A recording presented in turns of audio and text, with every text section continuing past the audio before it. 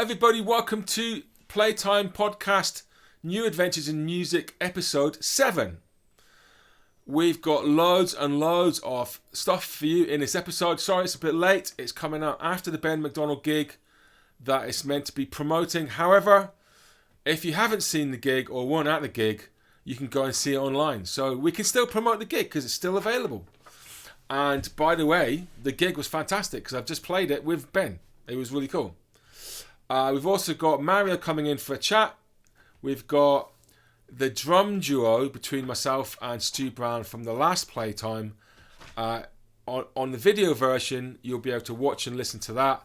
On the audio only version, you're going to get the sound of it plus an audio commentary from Matt Elliott.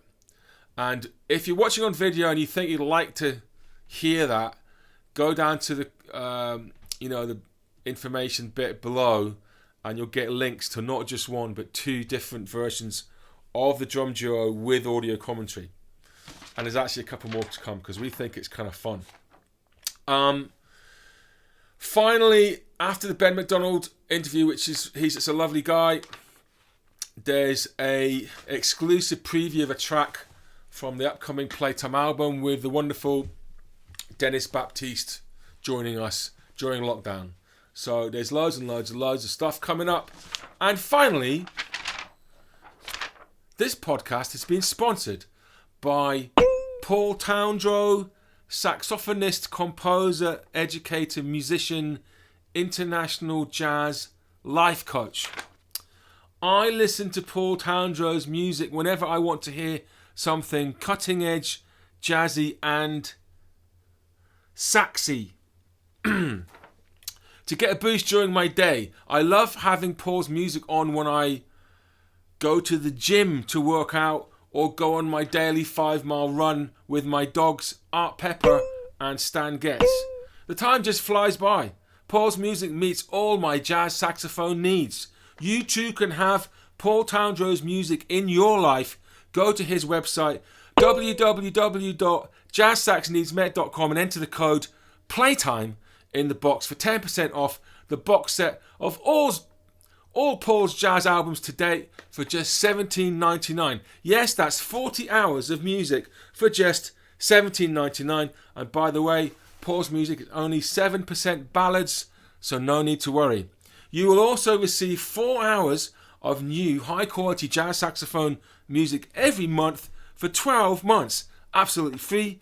Plus, you will get access to Paul's cutting-edge How to Market Jazz Saxophone Music in the Age of TikTok video series worth €1,500 and an exclusive secret Spotify playlist called Just the Really Fast Aggressive Ones All in One Place. So that's www.jazzsaxneedsmet.com and enter the code PLAYTIME to get all of Paul Towndrow's music for just $17.99 plus these fantastic free gifts. If you'd like to sponsor Playtime Podcast, next time you get in touch. Now it's time for Mario. Mario! Welcome! Yes, Tom, what's up? Thank you. Welcome to what? Episode 7. Oh, wonderful. I can hardly contain my excitement. Where are you? I'm in my kitchen. Okay. And I've got my new hat on. I knew it. I realized you noticed you have a new hat. Here's a question. Did you know it's rude? Did you know it's rude to wear a hat at dinner? In some countries and in some cultures, yeah. Not if you're Jewish. Okay. What about Brazilian? If you're a Jewish Brazilian, no. If you're Christian Brazilian, maybe, yeah. I was taught that it's not polite to wear a hat in the house, but yeah. Good thing is, I've had a very expensive education. Is that right? I'm not boasting about it because it's a similar education to people like Boris Johnson and that kind of arsehole highway into the universe. Nobody ever mentioned in any way that I recall it's rude to wear a hat at dinner. Well, maybe the people at the places that where this said education is administered consider themselves above such mundane concepts such as wearing a hat at dinner, and they can fucking wear whatever they like, Maybe, but I can't. Well, I was told to take it off. Okay, and did you comply? I did. Well, there you go. But I was a bit like, how come I didn't know that? Someone should have told me. Every day is a school day, Thomas. That's absolutely true. So, one of the things that we're going to do in this podcast is play. Mm-hmm. How did you find the Stu Brown double drums gig last time? Oh, it was incredibly fun and very exciting. Great music. There was so much music, so I had to leave some stuff. Well, there was this duet between me and Stu. What do you think of that? Very fun and creative. So I'm going to play the video of that as part of the podcast. And then I'm sort of struggling a little bit. You've just sent me a text. I'm as you know, I'm in the middle of trying to finish the Playtime album. You know that part of the creative process when you believe that the thing is really good, but you're also overwhelmed by the amount of stuff, and you're so close to it, and then you go through these moments of thinking, "Oh God, no, people are going to hate this and all that." But then again, you hear something else and you go, "Oh no, it's going to be great." So at the end of the podcast, I'm going to play a track. Which track from the album? Which track should we play? You can choose. Ooh. Oh, there's 17 beauties. And, it's hard for me to decide now. No, let me see. The one with Baptiste was really good. I really enjoyed.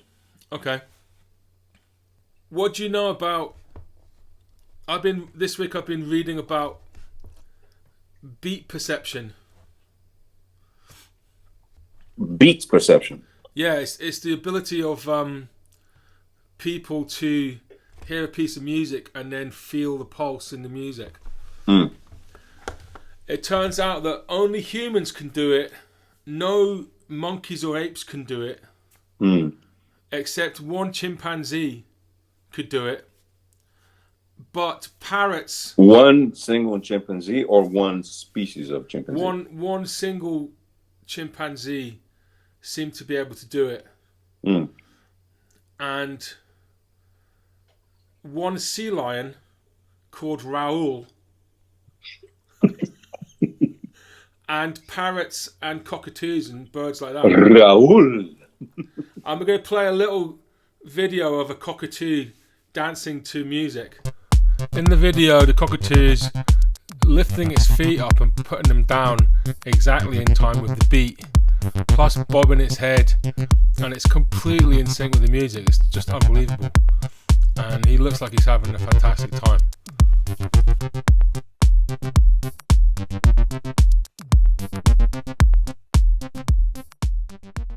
It's absolutely incredible. I've seen that one. You've seen that awesome. one? Yeah. There's quite a few of them, and apparently they can change tempo and everything. So these birds can do it, but virtually no other animals can do it, and it's really interesting. Nobody kind of really understands why that is.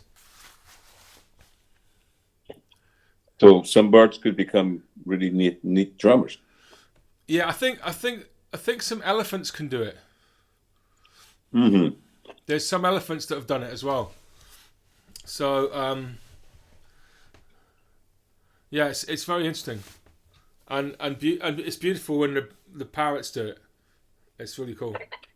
The cockatoo The Dancing Cockatoo is fantastic. Apparently, it's something to do with it's to do with a certain kind of language facility combined with a certain kind of hearing the beat facility, and it's some kind of a third thing in the brain. You need to have all these three things there to actually be able to do it. So being able to dance to music, Boogie. yeah, it needs these three things to be there, which very few species have. And I think there's something kind of wonderful about that. It's like and without it, music wouldn't exist. Yeah. It's only because of this combination of these things that would evolved for other reasons. Suddenly, Well, if music. you imagine that, isn't it said that the first musical form is either horn, a flute, or a drum? So The voice. even before. So there's this theory that before there were words, for thousands of years, humanoids communicated with the voice, but it would be sort of like tone and pitch and rhythm would sort of communicate emotion and things like that, and it's kind of like a sort of the way you would talk to a baby, but and it got quite sophisticated. They reckon it got quite sophisticated, and then at a certain point, people started remembering a certain sound pattern for an object, and that was when language developed. But before that, for hundreds of years, there was like, oh, eh, oh, hey, oh, ooh, huh, ah, Uh-huh. oh, Uh-huh. Oh.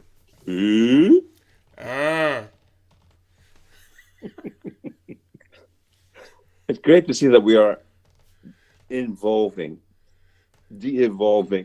So we've got one email to read out. We need more emails to come in.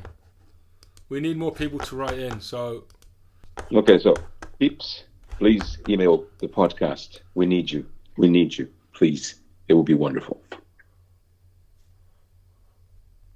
Do you think they are going to hear my plea? I think so. I think it's going to have a huge impact. That's the power of asking. That's what they say. If you want something, ask the Lord. I've got one here saying the drum duo with Stu was great. He seems to be quite a bit thinner than you. Maybe it was just the camera angle. That was from my mum. Thanks, I Mum. knew it was good. Your mum always provides these pearls of wisdom. She calls it how she sees it. Brian from Isla. I thoroughly enjoyed. Palmer. What? Palmer. You mean Yeah, Palmer? well, he's happy for us to call him Brian Palmer. So I know. I saw the podcast. he's very, very happy to do that. So I thoroughly enjoyed that. Only managed the first half live. So I watched the second part over the weekend.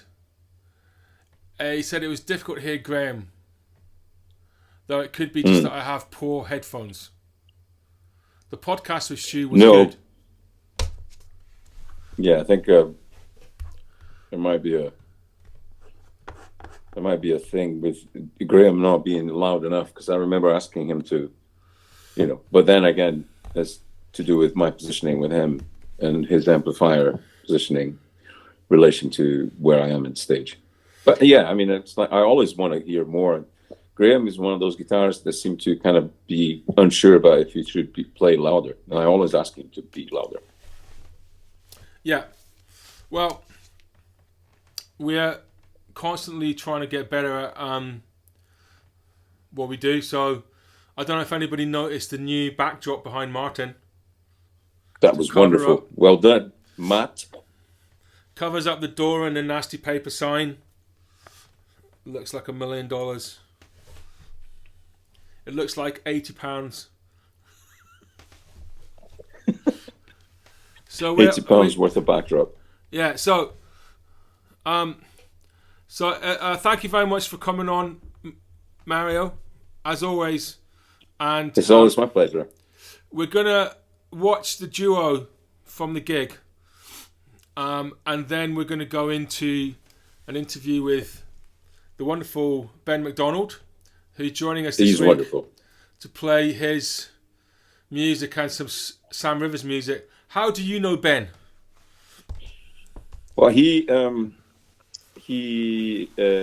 met him in the Glasgow scene, and then he went and did a master's degree in the conservatoire, and so he did a few of the ensembles that I was running, and then we started playing together as well. So I played a lot of them with him. Played with him at 78. Played with him in several different other jazz circumstances. Played him with the jazz bar. He's a great guitarist. He's great fun. Yeah, he's a great musician. Yeah, a very nice guy too. So he also he's fluent in Italian, which is a really really cool thing. And I love when he calls himself, as the Italians call him, Benno.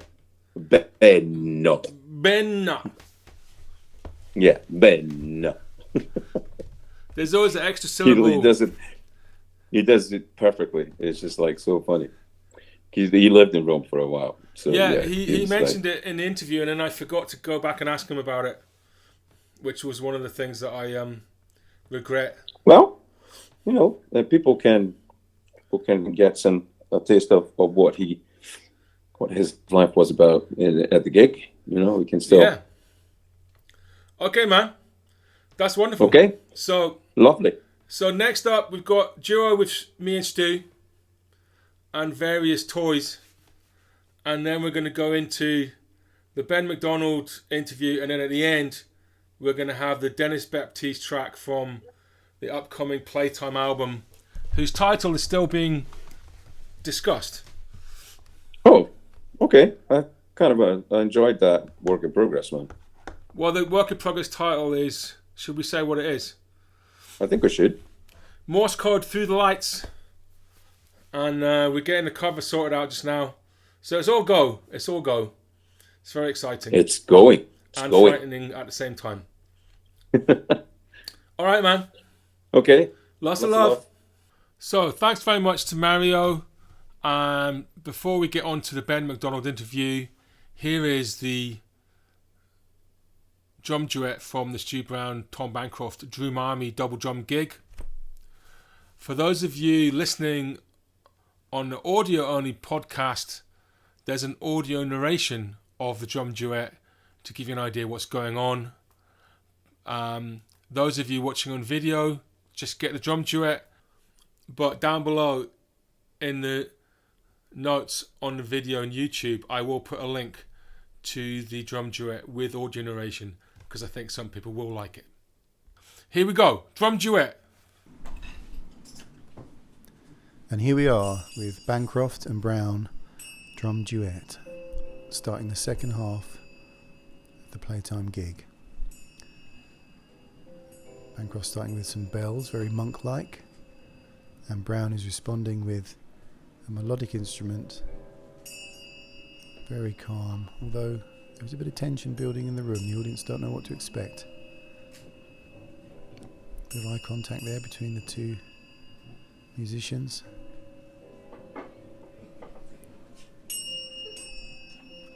Bancroft has brought out a plunger. He's licking the plunger and using it to hit the drums. Not quite sure if he's trying to get it to stick or if he's... More plunger work from Bancroft. It's not sticking. He's trying the floor tom. Back on the rack tom there.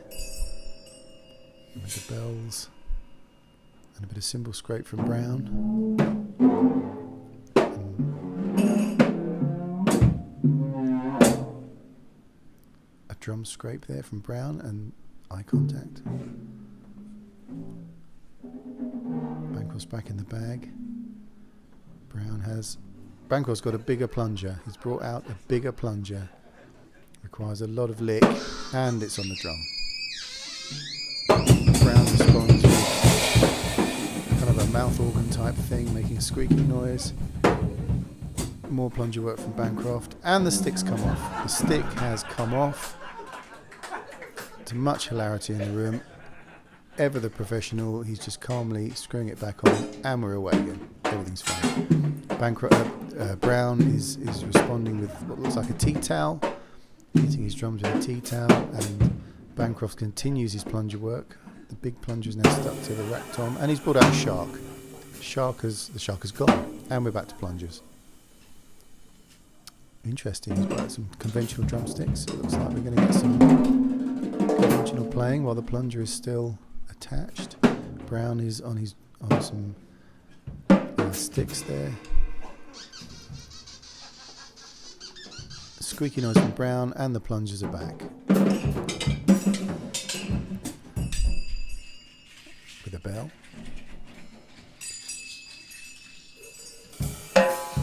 Brown's looking around, he's brought out some kind of rattling looking leaf type things. And a pause, eye contact. Bancroft is continuing with the plunger work. He's now playing around the plungers with conventional drumsticks.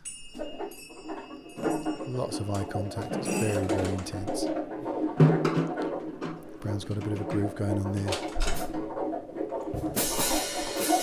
Bancroft is back in the bag, and he's brought out a saw. I think he's doing a bit of DIY from Bancroft there on the drums. He's just sawing away and daring Brown to respond with his own version of sawing his drums. Bancroft has some sellotape. Can't find the end. It's back in the bag. Brown has brought out his beer and is scraping across the top of his beer.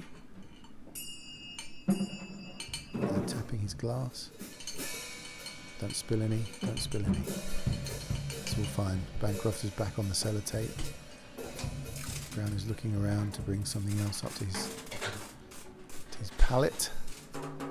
Bancroft is sellotaping his drum kit and stretching the tape, and it's come off. Let's try again. Brown has a brand. He's scraping the back off while Bancroft is trying to sellotape his cymbal. Nobody knows what's going on. Very intense. Lots of sellotape wrapping around the plungers.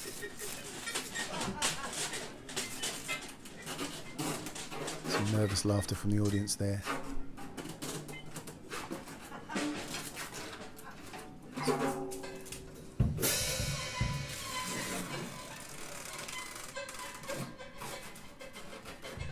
Some cymbal scrapes from Brown, whilst Bancroft still is taping up his drum kit. Is he going to run out of sellotape? This is the question. I think he's going to be okay. Brown is looking on wide-eyed at what Bancroft is doing in the corner there. It's nearly finished. I think the tape's about to run out. And Brown has left his kit. He's coming across to Bancroft's kit and he's undoing the tape. He's undoing Bancroft's tape. He's just finished and Bancroft's not happy. It's an angry expression there and some angry drumming to go with it. Bancroft has brought some brushes and Brown is responding and they're starting to go around the drum kit now. Frenzied playing from both drummers.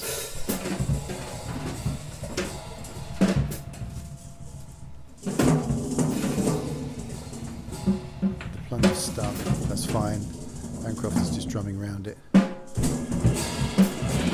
ball. There was a ball there, just bounced off the drum and it's gone. Never to be seen again. Brown's got some mallets playing around the drum kit. Bancroft has released the plungers.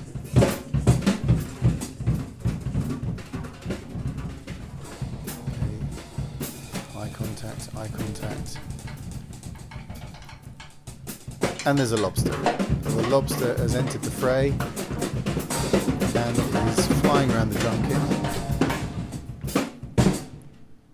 Very intense. Lobster and plunger work from Bancroft.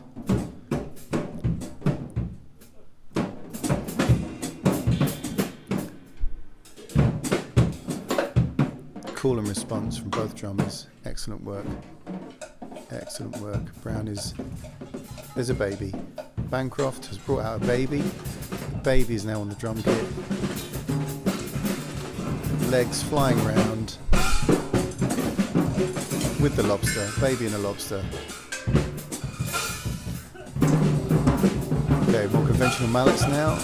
And both drummers are really starting to up the... Plunger work is back there. Sellotape plunger.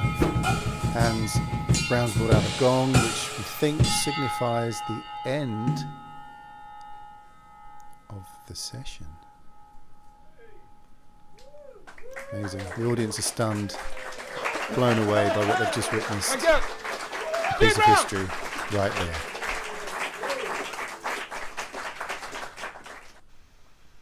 So that was the Stu Brown, Tom Bancroft double drum duet. Hope you enjoyed that. Let us know the audio narration if you enjoyed that or if you thought it was horrendous.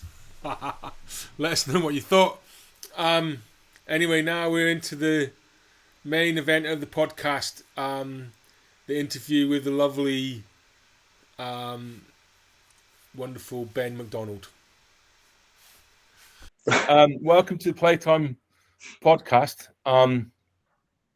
Where are you in the world? I'm in Glasgow right now. Okay. In the West End, and the sun is shining for a change. So, yeah, just letting it shine in. And where are you from originally? Originally grew up in Hamilton. Then I moved over to Edinburgh when I was 17 to study music, and then moved to Rome for 3 years, and been in Glasgow the last 14. You were in Rome for 3 years? Yeah. Okay. Everyone else went to London, and I think, do you remember Paul Kirby? He went to New York, I think, for a bit. He went to Korea as well, I think. Yeah. So yeah, I ended up in Italy just for a change of scene. I'm really interested in. So we don't really know each other very well. I mean, I think we played together once with John Green, in the church, which was fun. But so I'm quite interested in jazz musicians as a breed of humanity, and what makes them tick, and how they make it work, what makes them do it, you know. So, and the choices that we have to make about where we go. So I'm quite interested in this Rome trip. So I might come back to that in a minute. Why you chose that. But and after that, I'd be really interested to know how you got into playing guitar and jazz and your route into music. Just tell us a bit about what music you're doing just now, because you seem to be doing quite a lot of different projects. Yeah, so I've been trying to just narrow things down to the point where I feel like I'm playing all the music that I would like to play.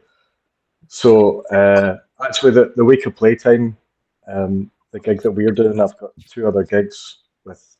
One is a project called Mar, where it's kind of a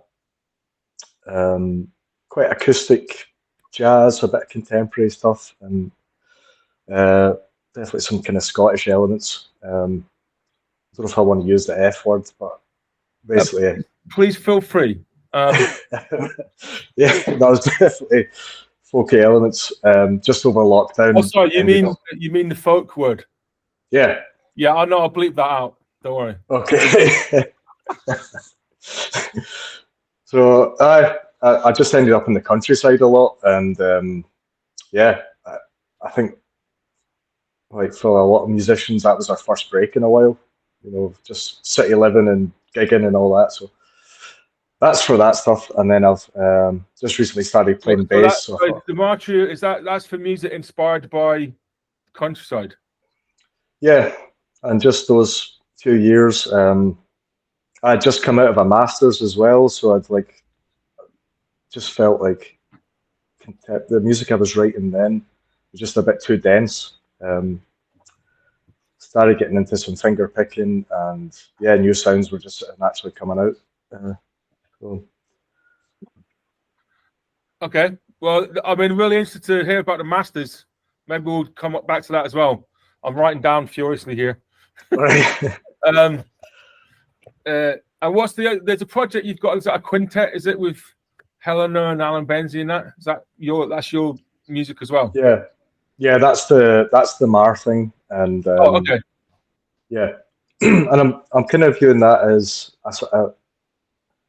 a collective of musicians. Just thinking about an album, I'd love to have quite a few people on it. So I'm trying to sneakily get everyone to lend their music so they can record it. And there's just so many people I love playing with as well. So yeah, I'm like condensing that into a trio sometimes, or a quartet, and maybe think about doing a sextet, so it's kind of flexible. And are you playing a lot with other people's bands? Yeah, at the moment, doing some stuff with Brody Jarvie. We had a gig in the Blue Lamp last week. Deceptive Lizard is the name of that band. Yeah. I've been playing with Mezcla up until now. That's David Howden's band doing kind of world music. Yeah, that's great. Yeah. And yeah, I got a few things coming up. Yeah. So, how did you? Oh yeah, and you're playing with Playtime next in a couple of weeks. You're doing the music of Sam Rivers. So why Sam Rivers? I've got a bit of a Sam Rivers connection as well. So yeah, I don't know if I've always had a soft spot for Sam Rivers. I've been looking at, he plays a lot of free stuff obviously, which is going to be fun. And I don't get to play that sort of thing very often, so I was hoping we could maybe do a couple of things like that. Yeah, sure. But yeah, I just think like his compositions, especially like Beatrice, probably is the main one that people know in Cyclic Episode. I just like those kind of progressions, and I think it's quite forward thinking for the time. I love the album Fuchsia Swing Song. I don't know if you know that, with Tony Williams and Ron Carter, and I think it's Jackie Bayard on piano, and it's one of the greatest Tony Williams sort of post Miles. Tony Williams kind of became sort of gothic later on, and sort of bombastic, but amazing. But his early stuff with Miles was amazing, and this was a sort of just a bit after that. And the way he plays swing on it with Ron Carter on that album is just unbelievable. So I transcribed a couple of tracks on the album, and I absolutely love it. And I went to see Sam Rivers in London one time. The only thing I remember about the gig was I was with a female member of my family who I'm not going to name, but she became kind of erotically aroused by the drummer who was doing these involuntary tongue movements. And that was all I remember about the gig. It was hilariously funny. My family member not coping with the drummer. Well, that's the thing. Like, you're going to get something a wee bit different with Sam Rivers. So even up until he's playing a few years ago. I make involuntary facial movements when I'm playing the drums, but I don't think anyone's ever got erotically aroused by them. In fact, just part of playing drums. It is, yeah. It is. Guitarists seem to not do that so much. Yeah, sometimes I get carried away. I think I make noises, which Oh, I do hope you? people don't hear. Yeah, I like trying. Well, I'm not trying to sing what I'm playing, but I'm singing, and Okay. kind of, uh, but not in tune. So, So like and it's random. George Benson / Keith Jarrett. Yeah, somewhere in between there. Hopefully. Fergus McCready was on Playtime recently, and he makes a lot of noises.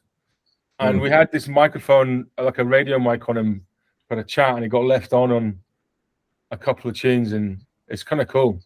But it's kind of, cool. So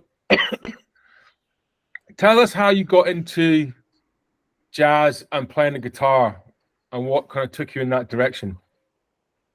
I think I've always loved guitar since I can remember. Like I had toy guitars and stuff, and there was always one sitting about the house. And yeah, I don't know. I can't really remember when I didn't play. I just gravitated towards it and begged for lessons, and then begged for an electric guitar. Got involved. What age was that you started lessons? Probably, I think in my primary school they had a little, like the assistant head teacher took a class after school. Okay. So that was my first sort of lesson. Then went to a guy called Tam Stevenson who lived the town over. Yeah, and he's just started. I think from the beginning we were improvising, so it was mostly simple rock and blues stuff, but just using the pentatonic scale. And that, like, immediately I was like, yeah, this is good. And whenever he was trying to get me to read music, I'd be like, oh, all right, you know. So you kind of, it was the act of improvising that got you hooked. Yeah. And I started, looking back, I started improvising quite young. Like I was always trying to make up little riffs at every stage, you know. I just sit and play solo blues and we just jam. Yeah. Are your parents musical? Or your family? Not especially, no. So kind of like church background, so like a lot of like singing and that kind of thing, but nobody that really plays an instrument like seriously. My mum tinkles a bit, same as my grandpa, but yeah, not really. Did they play jazz and stuff like that in the house, or did they play any music in the house? Yeah, it was always music, and it was mostly kind of rock based. Like I remember vinyls of Queen and Fleetwood Mac and some Chuck Berry. Okay. Kind of thing. So, and so, what was their reaction when you started sitting there and playing guitar for hours and hours? Don't know. Just left me to it. Just happy that I was doing that. You know, instead of causing trouble or sitting playing computer games, I suppose. Yeah. So, and I don't really remember hearing jazz until I left high school, actually. So just pure rock up until I was about 19, 20, I started studying jazz properly. So when you were at high school, were you playing in any bands, or what were you doing musically at school? Did you do exams and things? Yeah, I've been in bands since I was 12, basically, and just made my own and wrote my own music. So I think a bit of a dictator because I just knew exactly how everything should have been. So like my poor friends, I take it really seriously as well. So yeah. You were the hard ass that was, and you'd pick the name, you'd write the music, Yeah. choose the costumes. Just follow me, you'll be fine.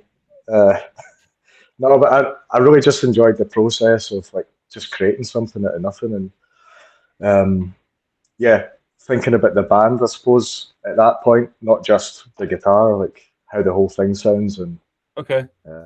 Yeah. And was that something you did at school, or was it outside school? I did it in school. We practiced a couple of times a week. Yeah, just as often as possible, really. Yeah. And so how did you end up studying jazz? Because that's quite a big change of direction as a teenager. Well, you know Kevin Glasgow? Yeah, I don't know him actually. I've never met him, but I know who he is. He's a wonderful bass player mainly. I know him as a bass player. Yeah, as long as he sticks to bass, the guitar players are safe. Because if he chose to do guitar, man, no, he's a monster. So he basically, like, we just became best pals at uni, and yeah, it took him like 2 years to get me to actually try and learn jazz because I was pretty stubborn. I'm like, no, I play rock, you know. Where were you studying? What were you studying? We're at Napier doing like the popular music course there. I think it was the first year it started. Guess where I teach? Yeah. That's where I teach, yeah. Yeah. Excellent. So, you know. You should be on the alumni wall. I'm waiting for that call, yeah. Because there's this alumni wall and it's only got about 10 people on it.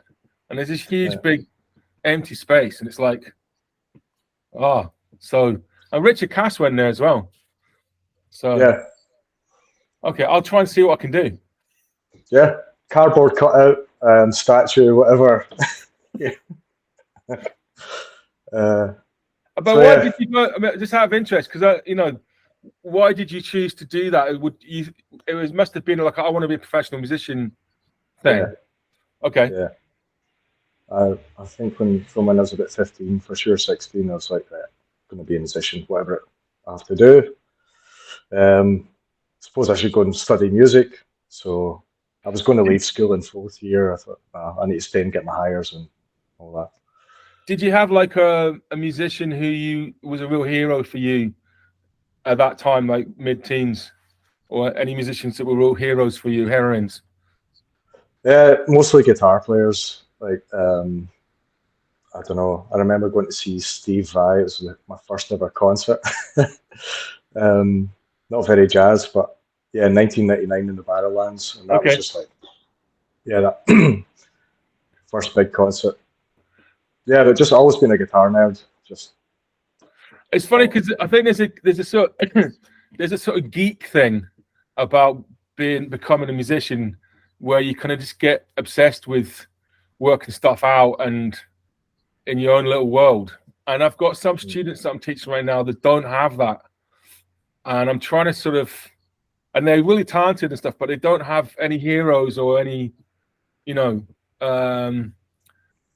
so I'm trying to get them to geek because I think that it's possibly a useful stage.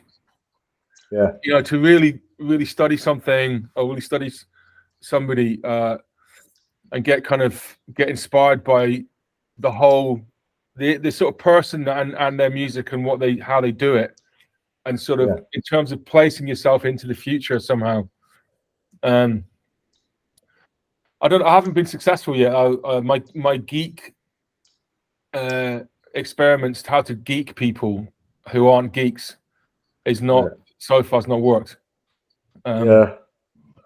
It's just that having the obsession, I don't think everyone has that, which is probably for the best, in the whole scale of things. But I don't know if it's maybe oversaturated now as well. Because at that time, I mean, I had a cassette tape with like 2 Steve Vai tracks and some other guitar players on it, and that's the only thing I listened to for about 4 years. Instead of like now, I can go on Spotify and just get lost, and it's like there's maybe a bit of that. I don't know. And also, there's so much stuff on YouTube showing you how to do everything. Yeah, it's totally changed. But that's changed since you were a teenager as well, because and I think even just having to make effort to go out and discover and find these heroes, find that inspiration, you have to go and search for it. I think that's, I don't know. So you were at Napier, and Kevin Glasgow was also at Napier, and he started polluting you with jazz, weird jazz stuff. Yeah. And then what happened? I went to see like a few of his gigs around Edinburgh at the time. I think he was playing with Chris Wallace and Paul Kirby, and it was kind of fusiony. So I guess it was a bit of a gateway. And he was taking these solos, and I'm like, I have no idea what he's doing, but it looks like fun, you know. I'm enjoying the music. I was like, so you just get to take a guitar solo for as long as you like? Is that what happens in this music? So yeah, just over a period of time, and then it just seemed like the next logical step for. I mean, I've been trying to learn what these guitar virtuosos are doing within this sort of rock medium. But I didn't really understand what I was playing even then. I piece things together, but yeah, just like learning, I guess, jazz-based theory and listening a lot to music and just falling in love with it, you know. And did you teach yourself, or did you have any teachers at that time? I was teaching quite a bit, sort of late teens, early 20s. You were teaching other people? Yeah. Sort of the Academy of Music and Sound when that was in, I don't know if it's still there. On the Grassmarket? Yeah. And like privately and stuff, just I kind of started working as a musician in my third year of uni just to try and set things up. And, so yeah, Kev was kind of my main teacher. Just any questions I had, how basic or complicated they were, he seemed to just be able to answer them, and he lived in the next room over, so it was quite handy. Yeah, great. And then since Napier, have you studied anywhere? You did a master's. Where did you do that? I did that at the RCS, 2018 to 2020. Yeah, just had a couple of years to sort of, I guess, refocus and rethink and try and learn a bit more. And I'm quite passionate about teaching as well, so just like looking ahead to getting more work in that area. So yeah, it's a good experience. Who were you studying with there? So Kev McKenzie, and got some lessons from Tommy Smith and Paul Harrison. So yeah, it was good. Just hearing different concepts, and it's kind of weird going back to studying when you're a wee bit older, so a bit more humbling.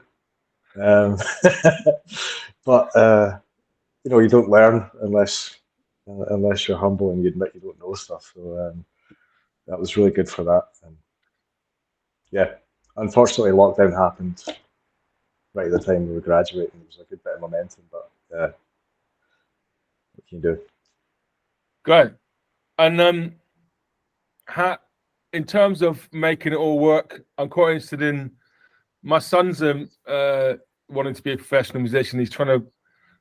He's not making enough from gigs, and I think most professional musicians I know don't make enough money just from gigs, so they usually have other ways of making it work. How do you make it work?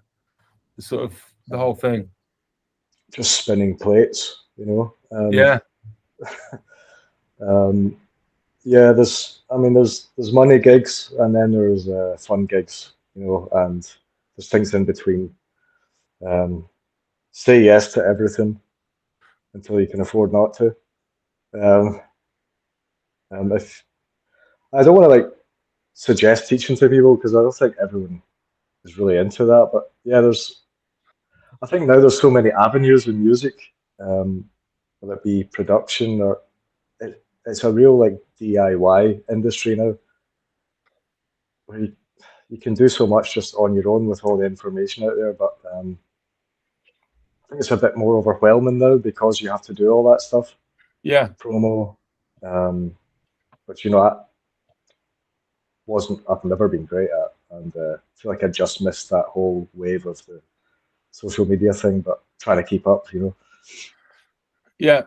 I was listening to the song Everything is Free Now by Gillian Welsh. Don't know if you know that. It's all about how you just have to give away everything you've ever done on streaming services. And it's a really beautiful song about streaming services, which is kind of ironic that someone's written a beautiful song about it. And the line in the chorus is, someone hit the big score, they figured it out, that we would do it anyway, even if you didn't pay. So it's the kind of musicians are compelled to make music, and we're not gonna go on strike. And even if we did, it's just like, it is crazy how the music the money making model has been sort of destroyed in terms of CDs and recordings and stuff like that, by streaming. Although there are some people making money from streaming, for sure, but they seem to understand a thing that a lot of people don't, and so okay, cool. I remember, I feel like I was killing it on MySpace back in the day.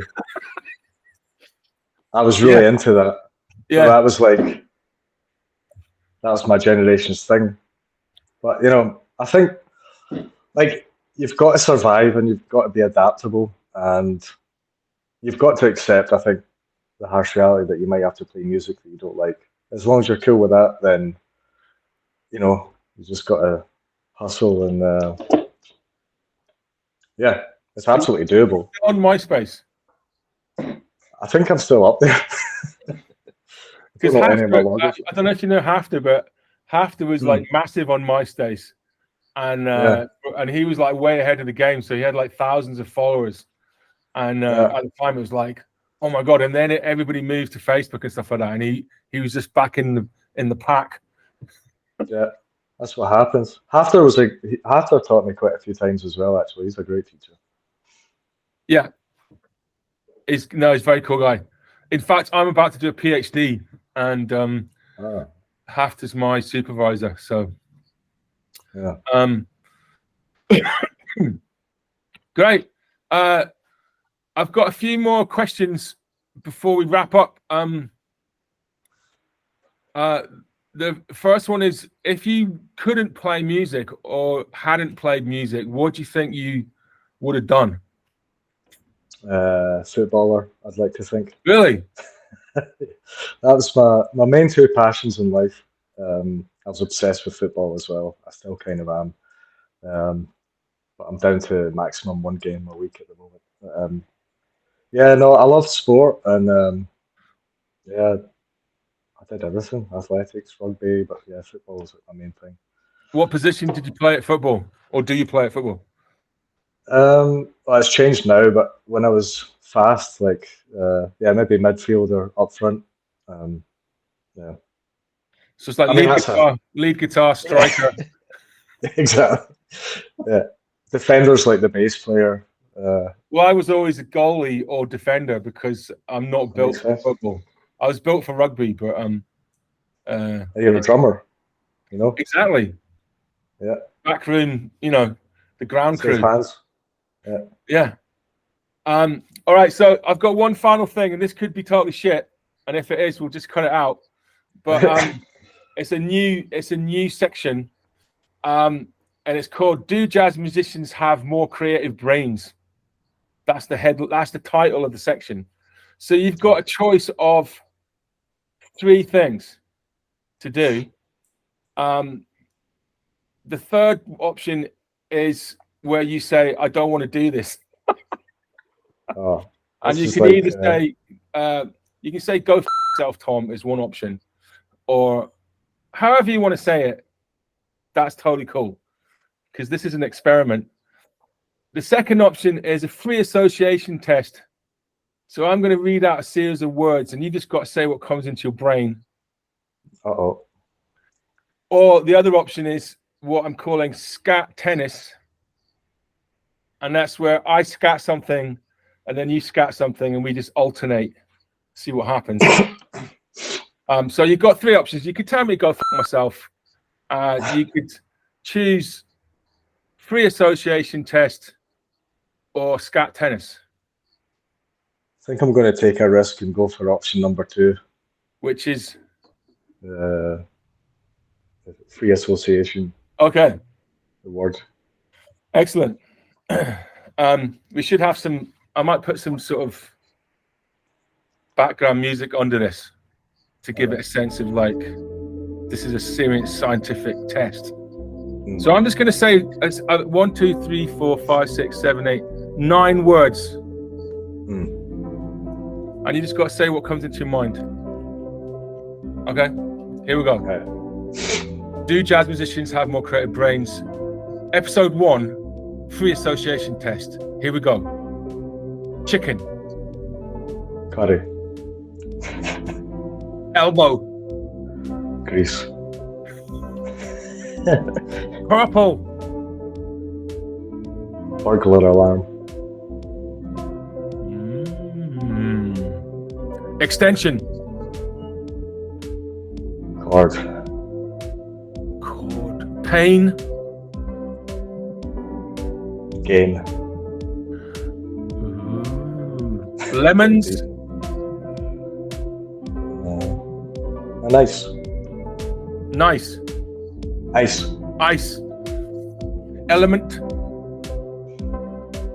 Earth. Negligent. Negligent. Yeah. Oh, better watch.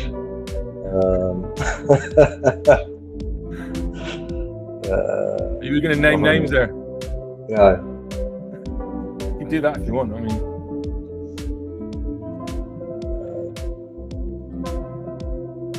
I will say government. wavy. Wavy. Wavy hair. I don't think I'm more creative. Yeah. Okay, that's you've completed the test. Yeah. Congratulations and thank you very much. I tried. I think I was all quite predictable answers. So. Well, no, I don't know. I think they actually kind of gave a little window into your psyche. I like the elbow grease. That was cool. All right. Well, so thank you very much for coming on. A bit of this is going to be played in the interval of this week's Playtime, which is the double drum thing with me and Stu Brown and the rest of the guys. What did you think of the first half, which we've just heard? Oh, incredible. Was it you and Stuart Brown? Yeah. Yeah. And Stu's the man. Stu plays every music I think I've ever heard. Yeah. He's incredible, yeah. He's a force. Yeah, great set.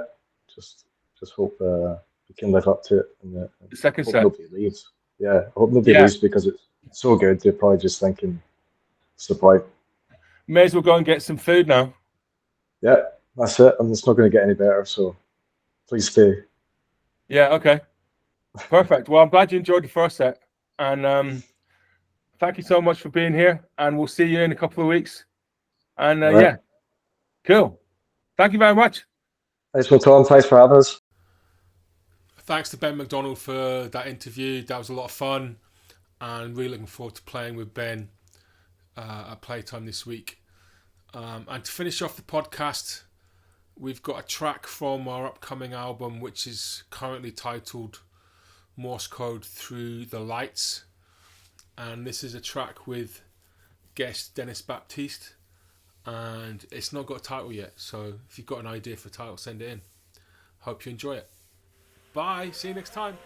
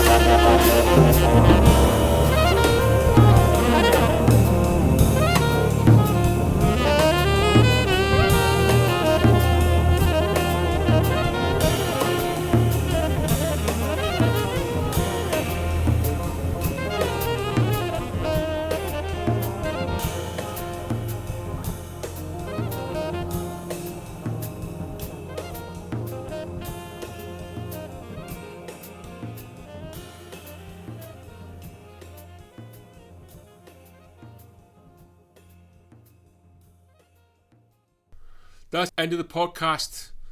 Thanks for watching. If you enjoyed it, please just give us a few seconds of your time. Go online and say you liked it somewhere, or we just need more people to watch. So if you liked it, please go and tell your friends or share it or something like that. And we'll see you next time. Bye.